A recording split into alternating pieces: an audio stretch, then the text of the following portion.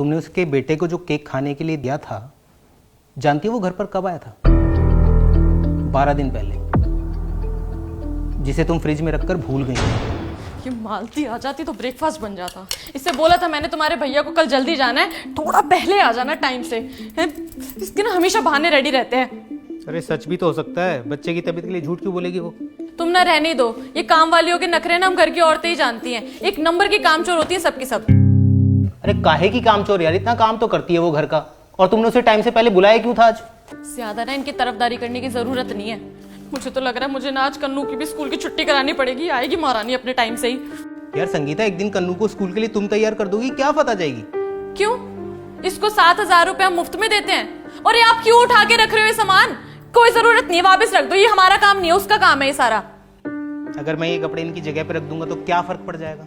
हाँ, सजा सजाया घर तैयार करके दे देते हैं मालती को। हमारे घर में काम करने थोड़ी आती है, वो घर का मुआयना करने आती है वो तो, है ना? कि हम लोगों ने काम करके रखा है नहीं रखा, बर्तन धो के रखे हैं या नहीं रखे। आ गई इसकी ना, आज मैं अकल ठिकाने लगाती हूँ। संगीता यार, तुम उसे कुछ उल्टा सीधा मत बोल देना अब। नमस्ते दीदी। जब तुझे काम नहीं करना होता ना तो सीधा सीधा बता दिया कर। तेरे चक्कर में ना मुझे घर में बातें सुननी पड़ जाती हैं। सॉरी दीदी, हमारा बेटा का ना तबीयत बहुत ज्यादा खराब हो गया था कल रात से, इसलिए हम भागे भागे आए हैं। सब बहाने तैयार रहते हैं ना तेरे। तू एक बात बता, मैं तेरे भैया को क्या दूं नाश्ते में? बोला था मैंने तुझे आज जल्दी आ जाइए, उन्हें जल्दी निकलना ऑफिस के लिए। हम बस जल्दी सब जाके बना देते हैं ना। हाँ तो महारानी जी, आप बाहर क्या कर रही हैं खड़े होके? अंदर जाइए।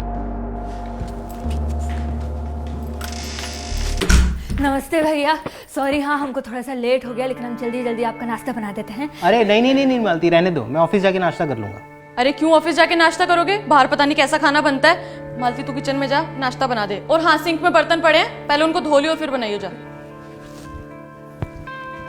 जैसे संगीता, क्या जरूरत है इतने बर्तन गंदे करने की? और किचन में रात को इतने बर्तन गंदे करती क्यों हो तुम? हाँ, अपना इसको ज्यादा सर पे मत चढ़ाओ। मुझे पता है अच्छे से काम वाली से काम कैसे निकलवाना होता है। मालती जल्दी जल्दी हाथ चला, लेट हो रहा है इनको।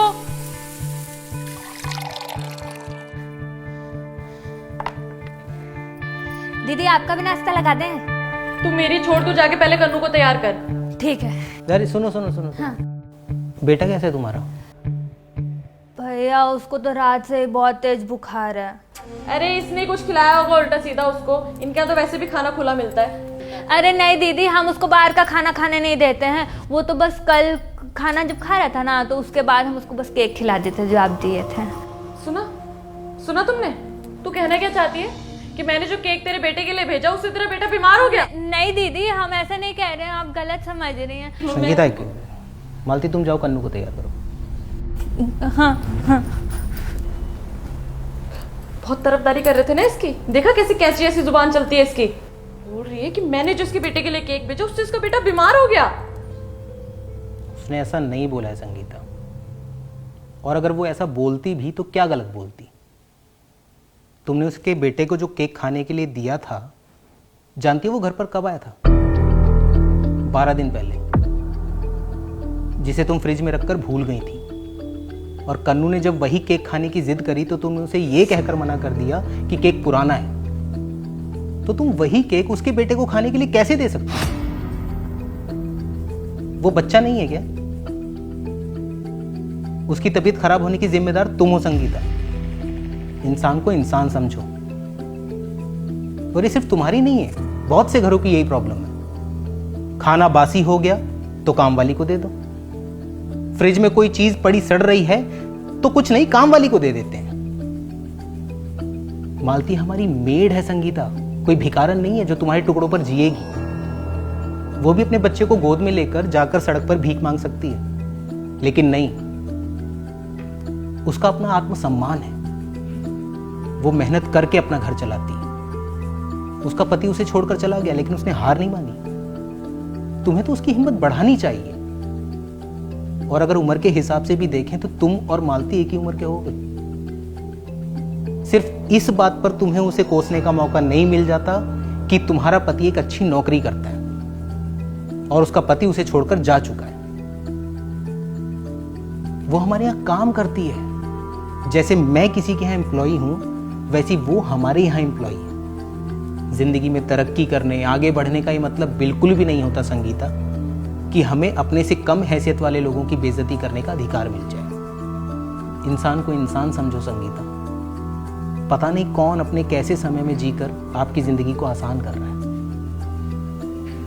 इसलिए लोगों की दुआएं लो, हाय नहीं, मददगार बनो, गुनहगार नहीं। दीदी, कन्नू बाबा को बुखार हो गया है, आज स्कूल मत भेजिए। अरे चिंता करने का कोई बात नहीं, हम कन्नू बाबा को बुखार वाला सिरप पिला दिए, बाबा सो रहे हैं अभी।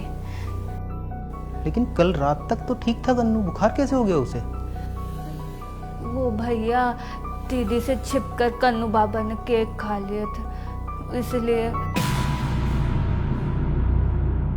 डांटिएगा मत, हम बोल दिए हैं कि आपको नहीं बताएंगे।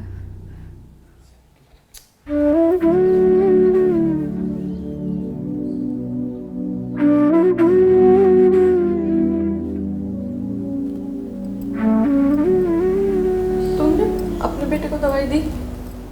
उसका कोई टेंशन नहीं है दीदी, हम उसको समझा दिए हैं कि माथा पर पानी का पट्टी डालना है, तो कोई दिक्कत नहीं है ऐसा।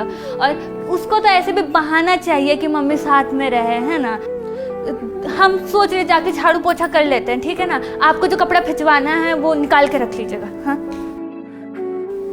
जो ढोते हैं कंधों पर घर की जिम्मेदारियों का बोझ, कोशिश कीजिए कि आपकी वजह से उनके पैर न जख्मी हों।